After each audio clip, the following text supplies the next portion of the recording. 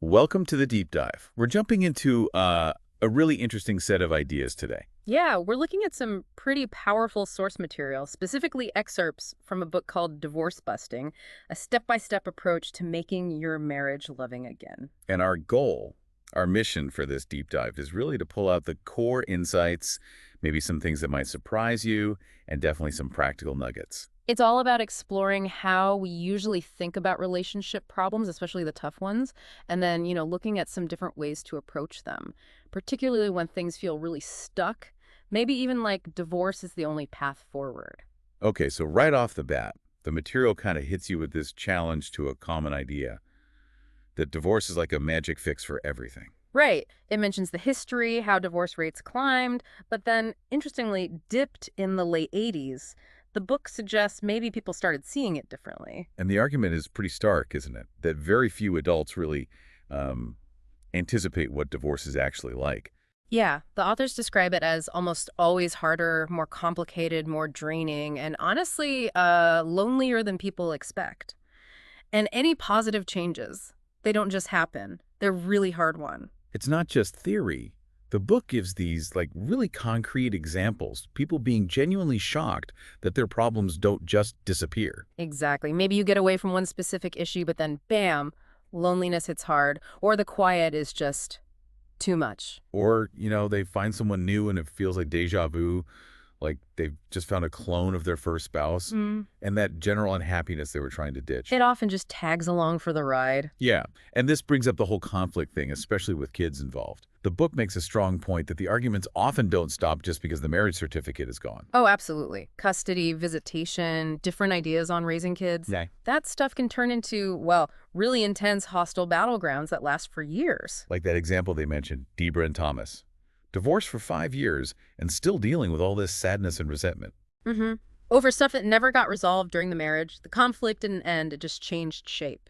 Which flows right into the impact on children. The book tackles this directly. Yeah, it pushes back against that older idea that there's some, best time to divorce based on a kid's age. Right. The book basically says, nope, that's not really true. Kids lose a lot no matter how old they are.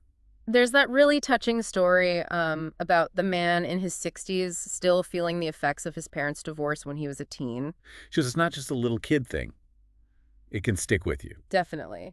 But the book is also careful. It's not saying you should stay miserable just for the kids. It acknowledges that high conflict is damaging, whether parents are married or divorced. Okay, that's a really important distinction. So the core message isn't just suck it up. No, not at all. It's more like couples should do everything they can to make the marriage work so they can be happy, because that's what's ultimately better for the kids. Yeah. Happier parents, less conflict, more stability. That really shifts the focus, doesn't it? From enduring to actively building something better. Exactly. And the book dives into why things get so tough in the first place. A big part of it, they argue, comes down to misconceptions about love and marriage and just seriously unrealistic expectations. Ah, the marriage manual idea. I love that analogy. We make these huge vows, right? But there's no instruction book. Right. We kind of accept we need to learn about parenting, like the terrible twos or teenagers. We adjust expectations.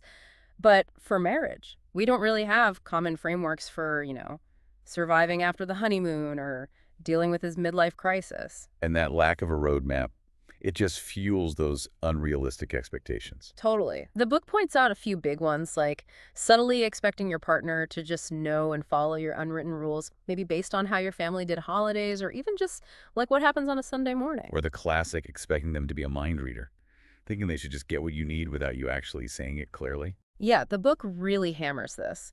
Vague requests lead straight to misunderstanding. Goals need to be concrete, specific, about things you can actually see or do. So you can't just say, I want more respect. You need to define what respect looks like in action. Maybe it's listening without interrupting or speaking calmly during disagreements. Exactly. It has to be behavioral, not just have more self-esteem, but maybe focus on interpreting comments calmly instead of assuming criticism.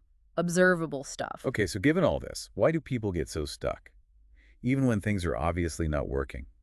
The book mentions how outsiders are often shocked when a couple splits. Yeah, they seem so perfect together because you don't see behind closed doors. And a key theme seems to be that people lose sight of something fundamental. that relationships and people can change, no matter how stuck things feel. And a huge reason for getting stuck, according to the book, is blaming problems on fixed personality traits. That's just how he is. He's an angry person. He'll never change. And that kind of thinking is Yeah, sneaky, right? Because you start overgeneralizing. totally. He gets mad about finances once, and suddenly he's just an angry person, period. You ignore all the times he's calm, or maybe when someone else brings up money and he reacts differently. Or if you do notice an exception, you twist it. Oh, he's just faking it now, or he's being two-faced. Which just locks in your original negative view. It's like confirmation bias on overdrive. The book connects this to the Rosenthal effect, right? The Pygmalion effect in schools. Yeah, exactly. If a teacher expects a student to fail, they might unconsciously act in ways that make it happen. The book argues the same thing happens in marriage. If you truly believe it's too late, they'll never change, you're probably communicating that nonstop. Like you're broadcasting you can't change, and your partner might just live down to that expectation. Precisely. Which leads us to a really core concept in the book, understanding interaction patterns, the systemic view. Meaning it's not just about one person's personality flaws. Right. It's about the dance between the two people, how my response influences your response, which influences mine again. It's a loop. Like that Anne and Steve example. Steve withdraws after the baby comes. Anne thinks he's afraid of intimacy. But the systemic view says, well, maybe his withdrawal is part of the interaction pattern happening because Anne is, understandably, super focused on the baby. His behavior is a response within the system. Okay, so interactions are circularly connected, like a feedback loop. Exactly. And the big insight here is, if one person changes their step in the dance, the other person has to respond differently. They can't keep doing the same old automatic reaction. Does it even matter who's right or wrong or who started it? Doesn't matter. Change one part, the whole cycle shifts. Yeah. But people get caught in these awful, hurtful, knee-jerk reactions. Yeah, those arguments we just say the same things, do the same things over and over, even though it never works. Responding without thinking. And the book also touches on some observed gender differences in how people tend to communicate or handle conflict, based on research by people like Tannen and Gottman. Right. Like Tannen's work suggesting men might focus more on topics like work or sports, while women often want to talk more directly about the relationship, the feelings, the connection. Which can lead to that frustrating dynamic, women feeling unheard, men feeling pressured and withdrawing, and that withdrawal feels like rejection. And Gottman's research pointing to women maybe being more likely to confront problems, while men might tend towards avoidance. Yeah, which sets up that classic pursuer-distancer pattern. One person pushes for closeness or discussion, the other pulls away. It's exhausting for both. And the nagging thing. The book explains this from both sides, right? It does. Men might feel like, I'm working hard, doing my best. Why is she always demanding more? Like, do something about the kids, or we never go out. And when the man doesn't jump on it immediately, the woman might ask again, maybe louder. Which feels like nagging to him, so he withdraws more, and the cycle just keeps going. Annoying for him, painful for her. And the key insight the book offers is about seeing the need behind the complaint. Exactly. If he understood her request about going out wasn't just a complaint, but a bid for connection, maybe he'd see it differently. And if she understood his need for some independence or downtime, maybe his wanting space wouldn't feel like a personal rejection. So often, requests get disguised as criticisms instead of just saying clearly, here's what I want or need. Precisely. That direct question, what do you want, gets lost. Okay, shifting gears a bit. The book also tackles another big misconception, that you need to like all the same things to have a good marriage. Yeah, it argues that's just not true. You can have really different interests and still have a fantastic, satisfying relationship. It talks about how early on you focus on similarities, love is blind, and all that. But later, the differences become obvious. And successful couples, the book suggests, they adjust. They learn to navigate or even appreciate those differences. But others see them as like fundamental flaws. They divorce, find someone new, and surprise. That new person also has differences that eventually become frustrating. It happens all the time. There's that great perfect complements example. Paula, the homebody reader, sees her outgoing, athletic husband not as incompatible, but as completing her. It's about the meaning you give the differences, not just the differences themselves. Absolutely. The book also goes into the tough topic of affairs. Yeah. What's the take there? Well, it suggests affairs can sometimes signal that something's missing, maybe taking each other for granted, and the affair partner provides that missing attention or excitement. But the really crucial point the book makes is, is that an affair does not automatically mean the marriage is over. It's incredibly hard work, requires immense effort from both sides, but trust can be rebuilt. The marriage can even be revitalized. The book suggests many couples actually grow stronger by working through that pain together. It does, which brings us right to the main approach, the book champions. Solution-oriented brief therapy, or SBT. Okay, so how is this different from, say, traditional therapy? Well, the book positions it as a shift away from those potentially very long, costly psychoanalytic approaches that spend a lot of time digging into the past, trying to find the deep-seated why.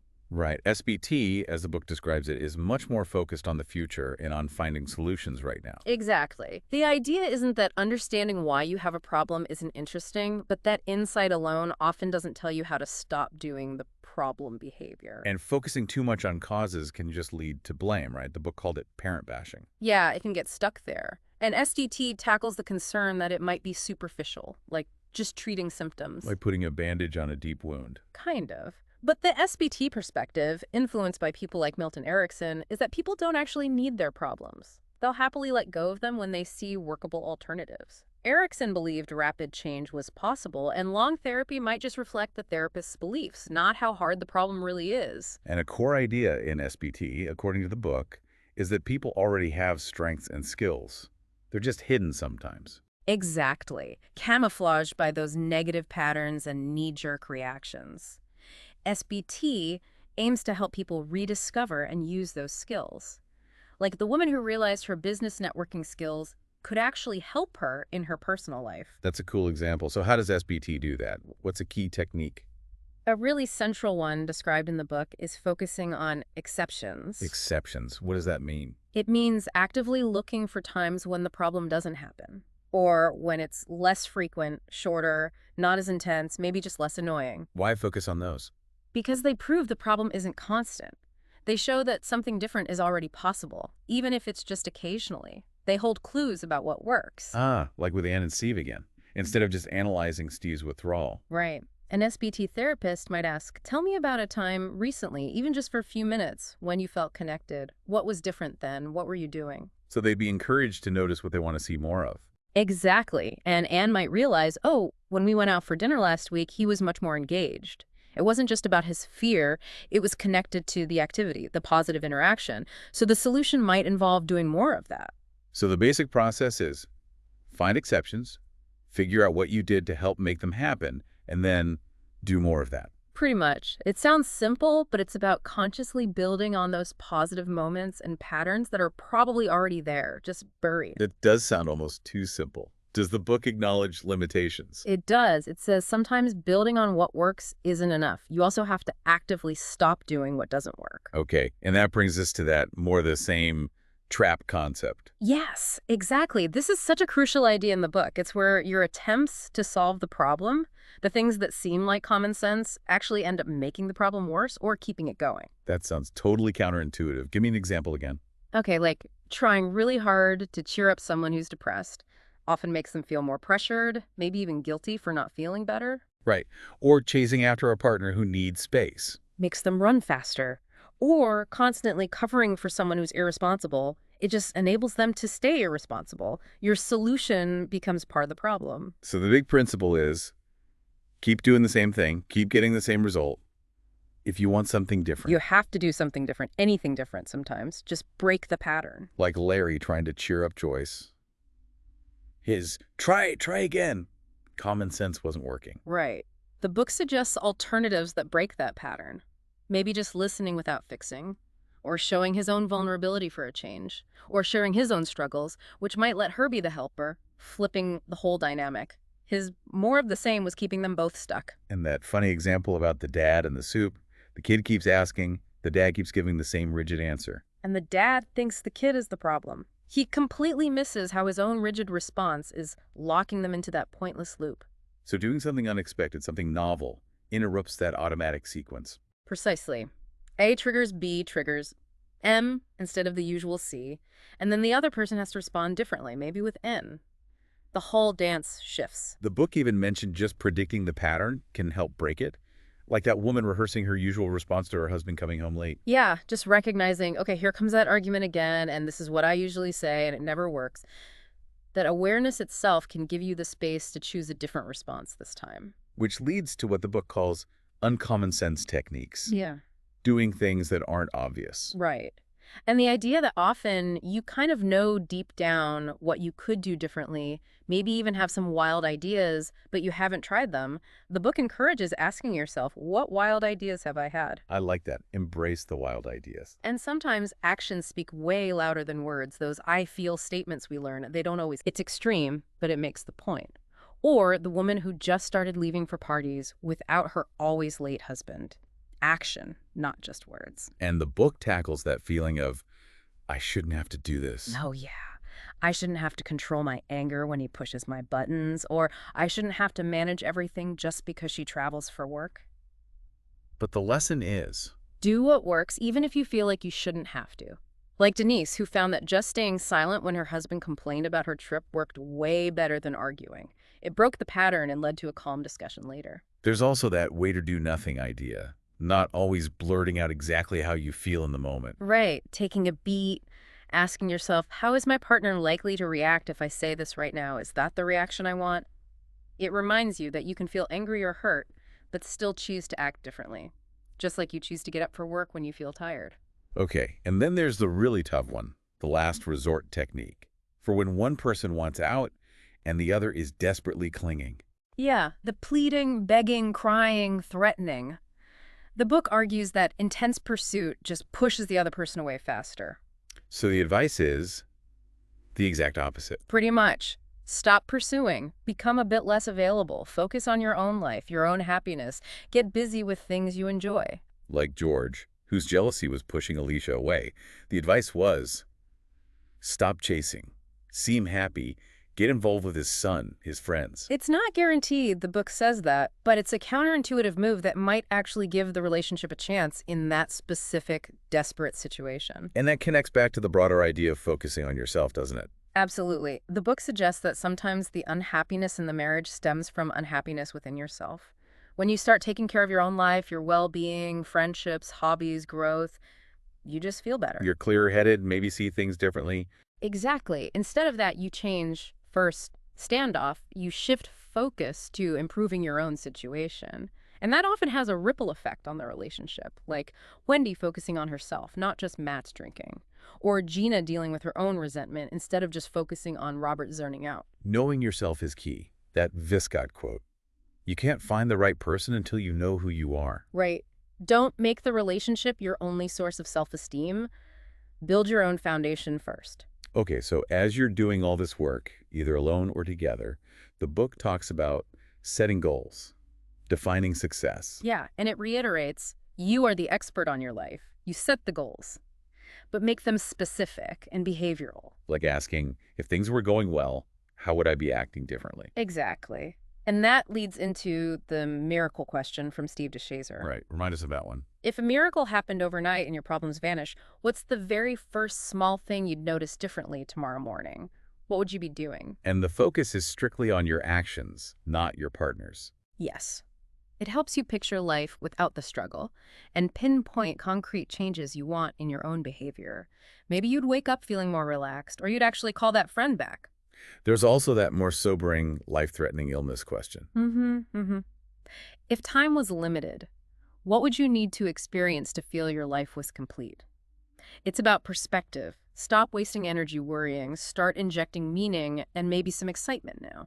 And the book suggests working on personal goals and marriage goals at the same time. Yeah, a two-pronged approach, because progress in one area tends to fuel progress in the other. They feed each other. So how do you know if any of this is actually working? How do you track progress? Good question. The book suggests asking yourself a couple of things. First, how have these changes helped me feel better?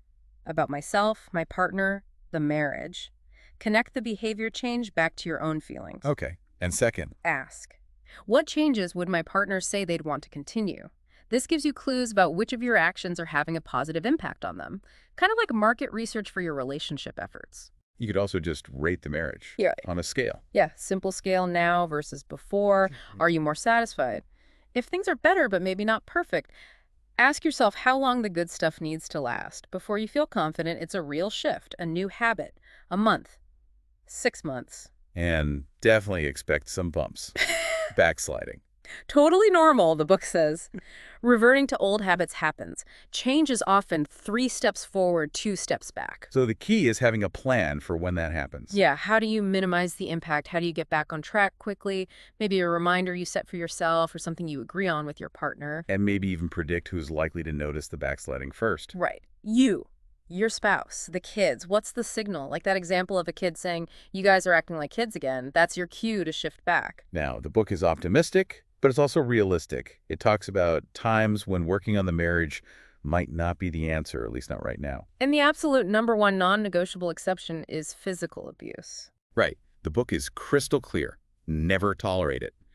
If a spouse is abusive and won't get help, you need to prioritize safety, remove yourself, and get professional support, period. Absolutely. For other persistent problems, if you've really tried a couple of strategies consistently for, say, a few weeks, and nothing is shifting. Try something else from the book. Don't just keep banging your head against the same wall. Exactly. Experiment with another approach for a defined period and see what happens. And the book addresses why people avoid therapy sometimes, like thinking, it's their fault, not mine. Yeah, but it brings it back to the interaction patterns. It's rarely just one person. A therapist can help you figure out how you can change your part of the dance, even if your partner isn't there initially. And if you do go to therapy, especially SBT, what should you expect? The book emphasizes again, you are the expert, you set the goals, the therapist helps you get there.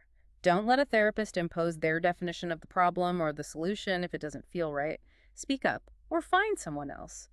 Therapy should help, not add stress. And it gives practical tips for finding someone, like using referral lines and asking questions up front, like that question about their success rate in keeping couples together. Yeah, that can tell you a lot about their perspective and optimism. And finally, the book acknowledges, sometimes, even with the best efforts, it doesn't work out. Right. Therapy isn't magic. Effort isn't always enough. There's no single reason why. Every situation is unique. But the overall message, the concluding thought, comes back strong, doesn't it? It really does. Super optimistic that the vast majority of relationship problems are solvable, marriages are worth the effort. That working it out instead of just getting out is a real, viable, and often deeply rewarding path. Yeah, the author ends with that idea that belief in change is like a communicable disease. Let's spread it around. So if we boil it all down, the huge takeaway from this deep dive seems to be the incredible power you have by focusing on changing your own actions. Doing something different, maybe even the opposite of your usual reaction, breaking those stuck patterns. Focusing on the exceptions, the times things do work, and building on those. And really investing in your own happiness and well-being first. Yeah, instead of just waiting for the other person to change, it flips the script entirely. So thinking about that more the same trap, Yeah. here's something for you, the listener, to mull over. What's just one small thing you could try doing differently this week in a pattern that feels stuck? What's one wild idea you've maybe had but haven't acted on?